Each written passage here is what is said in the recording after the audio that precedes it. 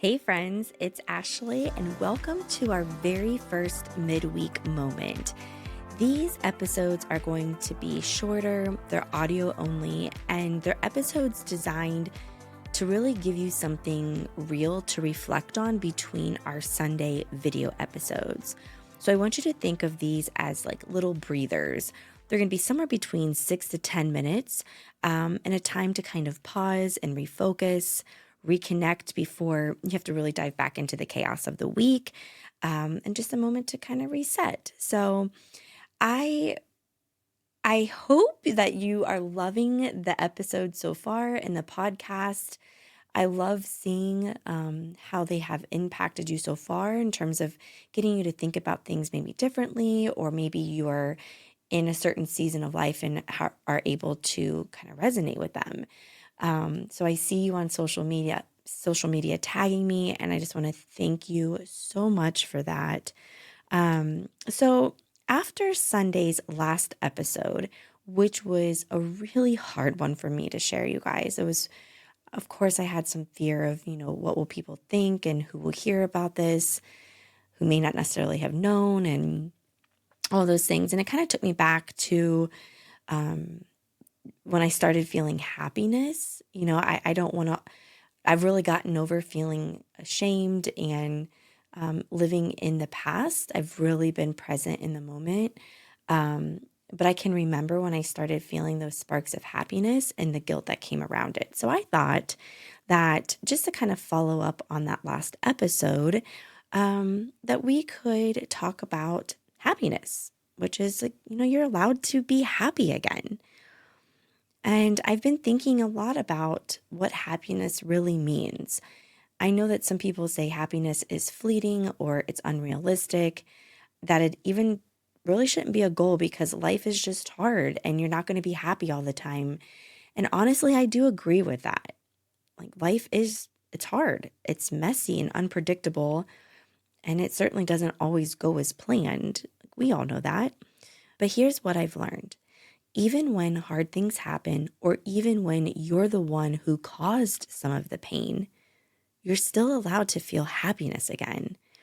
After my divorce, I carried so much guilt for how things ended, for mistakes I had made, guilt for feeling joy again too soon. When Mike and I were dating, I had guilt around that and feeling happy and early on in our relationship. I remember thinking this isn't fair. Felt like I just wasn't allowed to smile or laugh or just feel peace.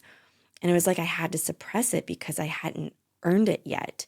And some of that was pressure from the outside world for sure, but a lot of it was me putting this on myself, um, because I did feel guilty.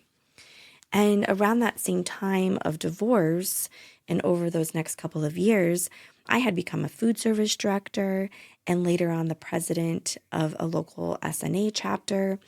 And I was achieving incredible things professionally, but I wouldn't really let myself celebrate any of those. I would smile for the picture, but inside I just felt shame, like I didn't deserve to feel proud because of what had happened in my personal life. I almost kind of felt at times like a fraud, like, how can I be a leader of the team, and be in this very professional role, yet this is how I've conducted my personal affairs and my personal business. There was just a lot of that happening in my mind.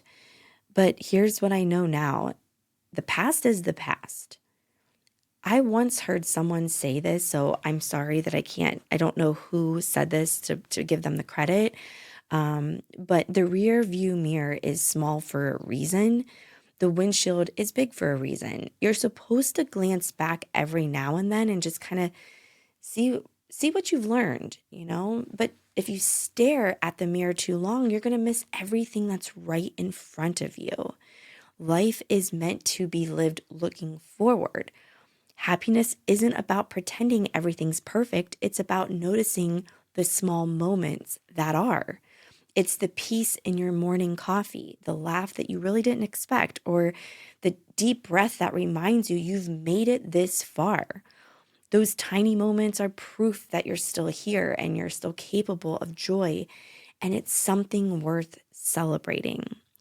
So this week, I want to challenge you with something. I want you to find one small thing each day that brings you joy. There has to be something. I do believe this no matter how dark the day is, no matter what it is you're going through, there has to be just one thing. And it doesn't have to be anything big and grandioso. It just needs to be real. And what I want you to do is share it with me. Take a photo, record a quick video of it, or jot it down and share it with me on social media. You can tag ashtodusk.official on Instagram or TikTok, or just Ash to Dusk on Facebook. And be sure to use the hashtag AshToDusk because then I will see it and I can celebrate these things with you. I really want to see what happiness looks like for you right now, right where you are. Happiness looks different for other people.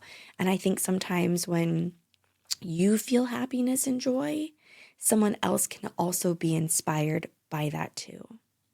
When we start noticing what's right, even on the hard days, that's when we start building the life we dream of.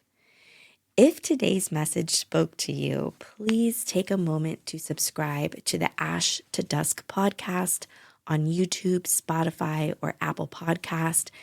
It helps others find this space and keeps our little community, our burn crew, growing. So I want you to remember something. You don't have to earn happiness. You just have to allow it to happen.